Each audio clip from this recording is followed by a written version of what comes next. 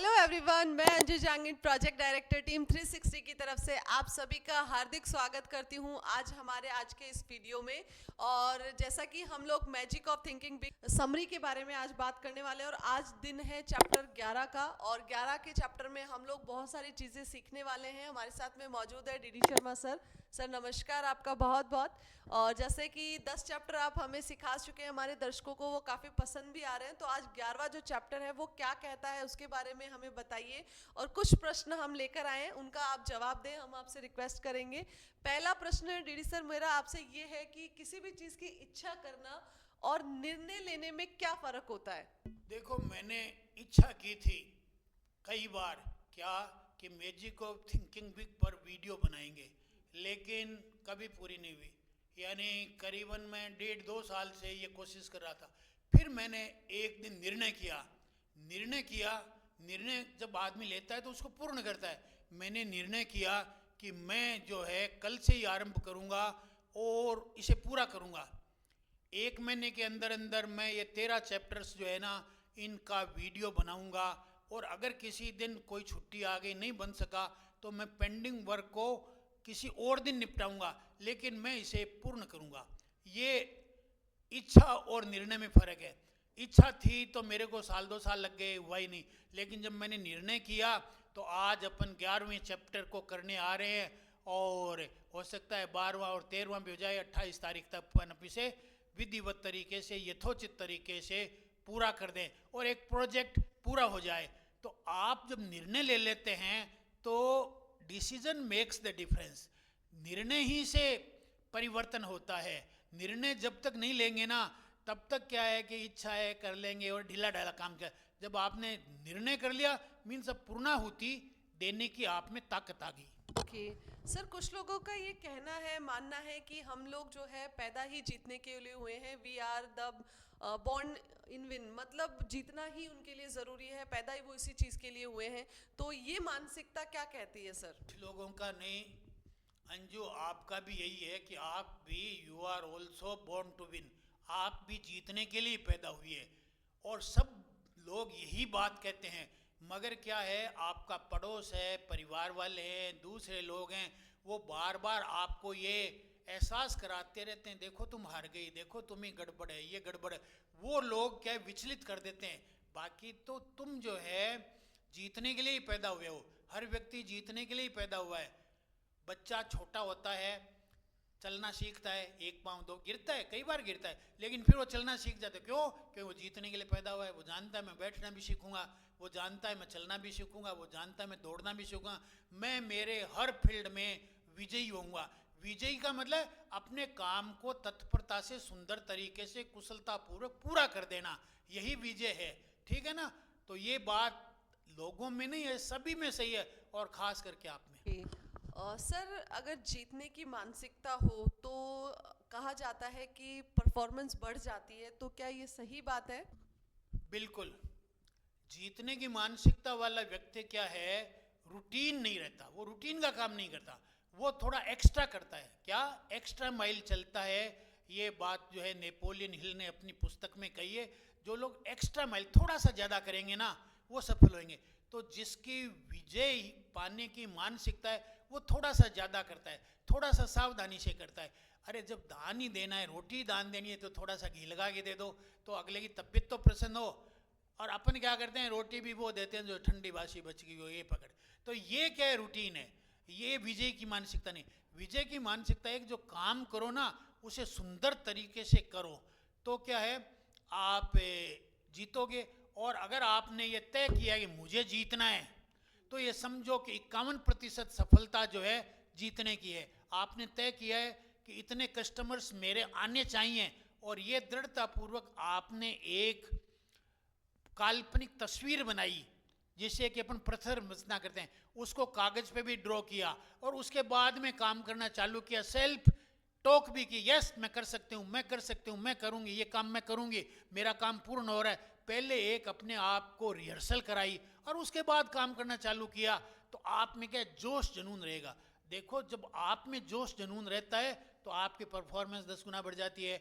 और आप में जब जोश जुनून रहता है तो सामने वाले की रिसेप्टिबिलिटी बढ़ जाती है, तो वो भी आपका कहा मान लेता है, दोनों तरह से लाभ होता है। कि मतलब कि आप ये कहना चाह रहे हैं कि जीतने की मानसिकता हो किसी व्यक्ति में तो वो कस्टमर को भी आकर्षित कर सकता है। अभी मैंने बताया ना कि जीतने वाली जिसकी मानसिकता है वो जोश जुनून के साथ काम करता है। रूटीन वाला तो कहे ठीक है, मिल जाए तो ठीक है, नहीं मिले तो ठीक है, एक चांस ले लेते हैं, एक अवसर कर लेते हैं, देख लेते हैं, ट्राई कर लेते हैं। एक आदमी ने मेरे कहा आरएएस लगते हाथ दिल्ली, मैंने अरे ऐसे आरएएस को ये बच्चों का खेल है क्या, सो लगते हाथ दिल्ली। अब ऐसे जो लगते हाथ दे लेते हैं ना, उनके क्या रिजल्ट होना है, कुछ नहीं, कहीं कोई नंबर ही नहीं आना। तो आपने अगर विजय की मानसिकता रखी है, जीत की मानसिकता है, तो जोश जुनून के साथ, और जोश जुनून के साथ जब काम करते हो तो आपकी परफॉर्मेंस 10 गुना बढ़ती है, और आपका जोश सामने वाले कस्टमर्स के पास में परकोलेट होता है, ट्रांसमिट होता है, और वो आपके जोश को देख करके आपसे ज्वाइन हो जाता है, आपकी बात को मान लेता है। आपने ढीले ढीले कहा जी कृपया मान लो ना, मेरी बात कर लो ना, आपने जोश से कहा इससे ये फायदे हैं, ये फायदे हैं, आपकी ज़िंदगी सुधर जाएगी, आप करिए तो सही। आपने थोड़ा सा जोश के साथ कहा, असर्टिव होकर के कहा, तो अगला कहेगा ठीक है। क्यों कि देखो, आपने जब बात कहते हो ना किसी भी व्यक्ति से, तो 10% लोग तो ऐसे होते हैं जिनके तो कानों में पड़ गई ना कि भाई ये एडमिशन लेना है, वो फटाफट आपके खाते में पैसे डाल देंगे, उन्हें समझाने की जरूरत नहीं है, वो समझना ही नहीं चाहते। वो कहते हैं कि बस आ गई ना, आपने बता दिया ना, मेरे समझ में आ गई, वो पैसे डाल दे। ऐसे 10% लोग हैं, और 10% लोग ऐसे हैं जिनको आप बार बार समझाते रहो, वो रूटीन देख लेंगे, बाद में देख लेंगे, अभी मैं विचार कर लेता हूँ, बाद में करता हूँ, मैं पूछ लेता हूँ, पत्नी को पूछ लेता हूँ। वो 10% लोग पूछने में जवाब कभी नहीं आएंगे। अब रहे 80% लोग। 80% लोग में से 40% लोग ऐसे हैं जो आपकी परीक्षा लेते हैं। हेलो, आप कैसा बोलती हैं, आप क्या करती है, कैसे करती है, वो आपकी परीक्षा लेने के लिए आपकी बात सुन रहे हैं, और सुन करके अंत में कहेगा ठीक है आपने बहुत अच्छा बताया।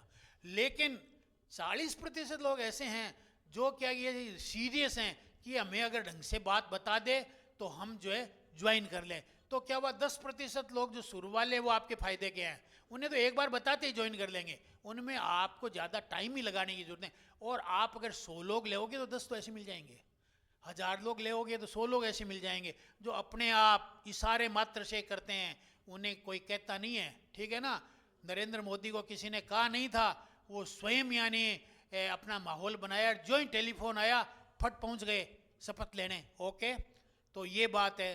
दूसरी बात इसमें एक और आप है कि आप जब किसी को कोई बात कहते हो, जोश जुनून से कहते हो, तो आपकी तो परफॉर्मेंस बढ़ी, पर अगले की कॉन्फिडेंस बढ़ जाता है आपके विश्वास से, आपके यानी असर्टिवनेस से, आपके जोश से अगले का विश्वास और कॉन्फिडेंस बढ़ जाता है, आपकी बात में उसका विश्वास बन जाता है, और वो आप जैसा कहते हो वो करने के लिए राजी हो जाता है। Thank you so much DD sir. एक क्वेश्चन और मेरे मन में आया है अभी आपके इस बात से कि आप जैसे कि ये जो पोस्ट ग्रेजुएट डिप्लोमा आप करवा रहे हैं उसमें आपकी कुछ फीस है, जैसे 2 लाख प्लस जीएसटी, मतलब 2,36,000 का आप इन्वेस्टमेंट करवाते हैं।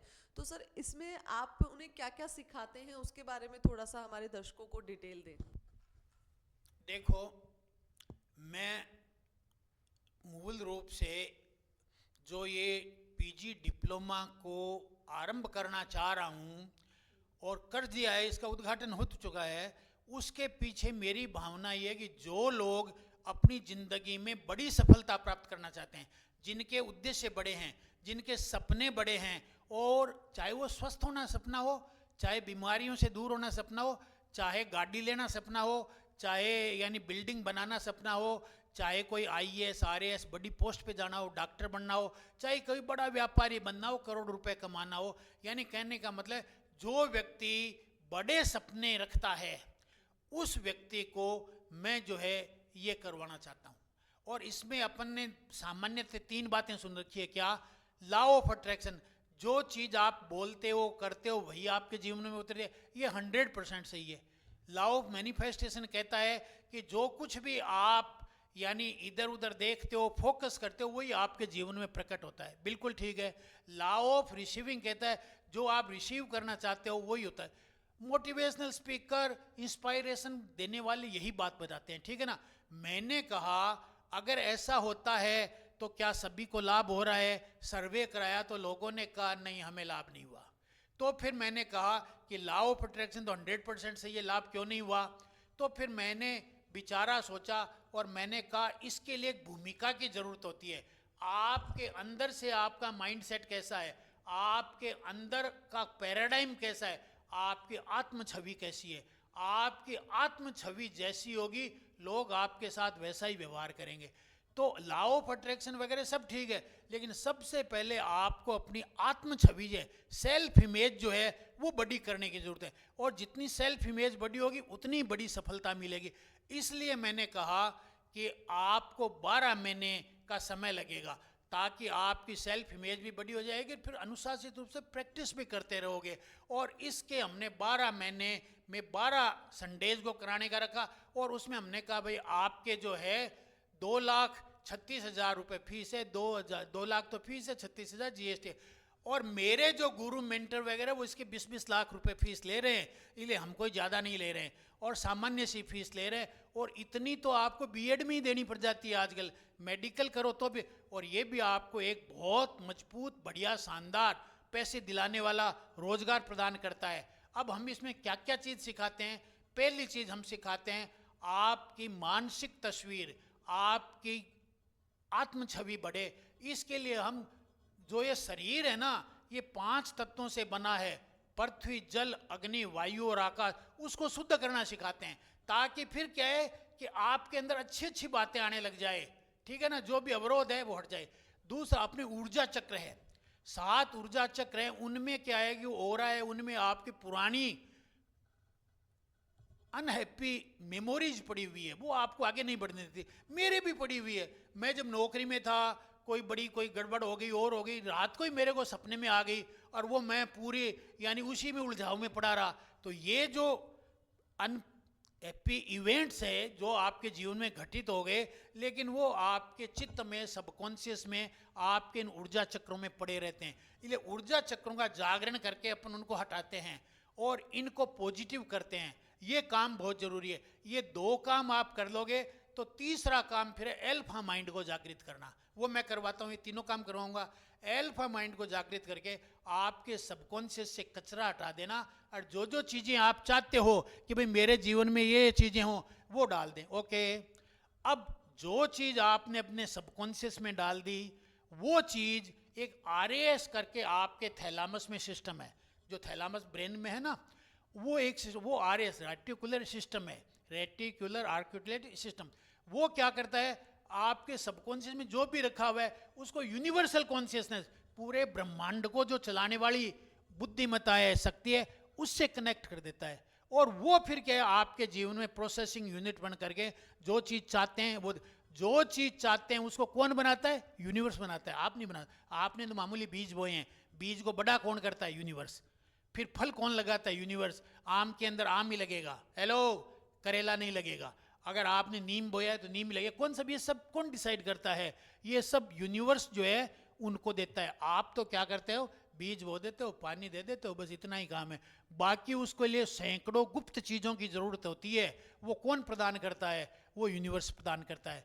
तो यूनिवर्स को किस तरह से आप अपने फेवर में करें, इसके लिए मैं सेल्फ अवेयरनेस की एक्सरसाइज कराता हूँ, ताकि आपका मन आपको भटकाए नहीं। और तो ये 5 चीज़ें हो गई जो मैं मुख्य रूप से करा।